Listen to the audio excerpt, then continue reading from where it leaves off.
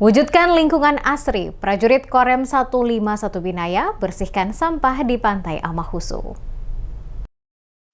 Jajaran Komando Resor Militer atau Korem 151 Binaya kembali menunjukkan komitmen nyata dalam menjaga kelestarian alam Maluku melalui aksi sosial kemasyarakatan. Pada Jumat 29 Mei 2026, para prajurit TNI menggelar kerja bakti massal dengan membersihkan tumpukan sampah di sepanjang kawasan Pantai Amahusu, Kota Ambon. Aksi peduli lingkungan ini merupakan bagian dari program unggulan Jumat Berkah yang diinisiasi oleh Kodam 15 Patimura. Kegiatan yang telah menjadi agenda tetap dan tradisi positif ini dilakukan secara rutin setiap pekan sebagai bentuk tanggung jawab TNI dalam menjaga keindahan pesisir dan ekosistem laut. Dalam pelaksanaannya, para prajurit Korem 151 Binaya bergerak kompak menyisir garis pantai. Dengan membawa berbagai perlengkapan kebersihan, mereka mengumpulkan berbagai jenis limbah mulai dari sampah plastik, botol bekas, hingga kemasan makanan yang terbawa arus laut maupun akibat pembuangan sampah sembarangan. Seluruh sampah yang terkumpul kemudian dipilah dengan cermat sebelum diangkut menuju tempat pembuangan sampah akhir atau TPA. Komandan Korem 151 Binaya, Brigjen TNI Raffles Manurung menegaskan bahwa aksi bersih-bersih ini bukan sekedar rutinitas biasa, melainkan wujud pengalaman nilai, kebajikan, dan kepedulian sosial.